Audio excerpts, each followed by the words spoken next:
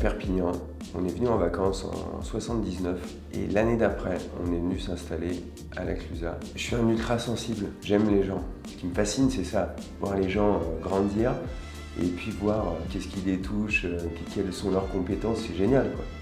La Clusaz, ça fait bientôt 29 ans. J'ai passé toute ma petite enfance dans le Val-de-Loire, entre Chartres, Orléans, etc.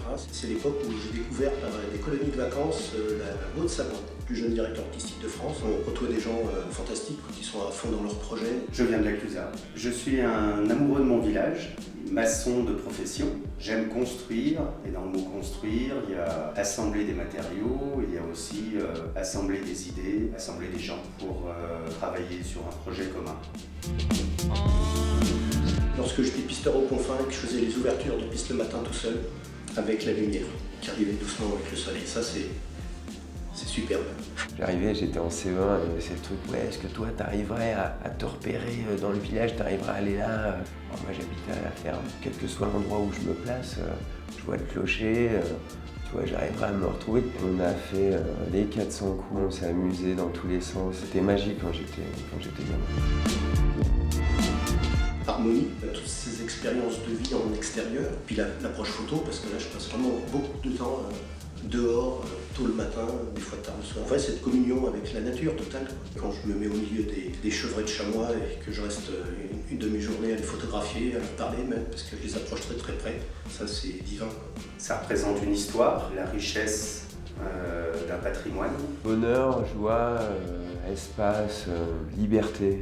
Depuis 40 ans où j'habite à la Clusaz, j'ai l'impression d'être parfaitement intégré dans ce village et je le chéris au plus profond de mon cœur. Quand tu arrives dans cette route sinueuse et que d'un seul coup, tu vois ce clocher et tu vois que tu as tout qui s'ouvre, l'aiguille, le crédit mutuel, ah purée, ça fait du bien, tu vois, d'être là. L'ADN de la Clusaz, c'est une histoire à écrire. C'est une histoire de gens passionnés. L'ADN de la Clusaz aujourd'hui, c'est une belle aventure. C'est une histoire de compétences, d'osmose. Pour moi, le premier mot qui me vient, c'est l'amour. C'est une histoire d'amour. Je ne suis pas amoureux de René. Pauvre René. Mais non, mais je l'adore, mais c'est mon voisin. Je suis amoureux de notre histoire. Premièrement, Alexandre.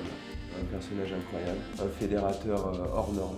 C'est tous les gens qu'il a rassemblés autour de lui. Et au début, même si je me suis posé pas mal de questions, eh bien, j'ai pas mis longtemps à me rendre compte que le travail qui était développé par toute l'équipe sur cette liste, leur justesse, cette manière de s'aimer, de s'écouter et de ne pas juger les autres, rester concentré sur les objectifs. Ça m'a vraiment convaincu que j'étais placé au bon endroit. On est là pour envoyer une impulsion et après, on est suivi par toute la société civile. Il n'y a pas à s'inquiéter de « on serait jeune, pas assez du cru ». C'est des bêtises. Je ne comprendrais pas qu'il y ait une inquiétude à ce niveau-là, qu'on manquerait de compétences. Le rôle des politiques, c'est d'avoir des idées, d'anticiper et d'envoyer, de donner du tonus et de l'énergie.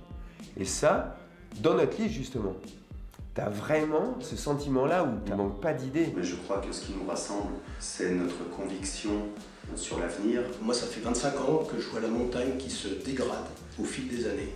Quand j'ai vu la complémentarité, la richesse de l'équipe, là, je suis vraiment parti à fond dedans. Il y a une dynamique telle qu'on est mené, il y a un élan qui est extraordinaire.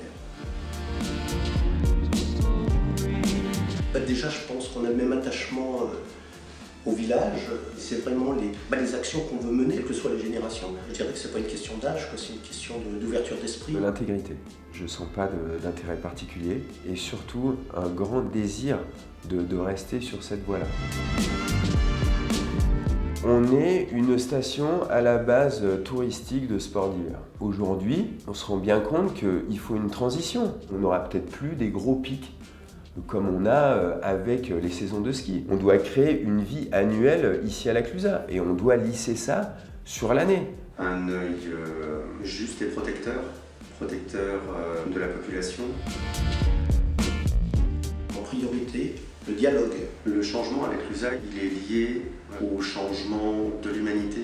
Je pense qu'il faut être attentif à ce qui se passe tout autour de nous. Le changement, c'est pas renverser la table, c'est changer la manière de penser.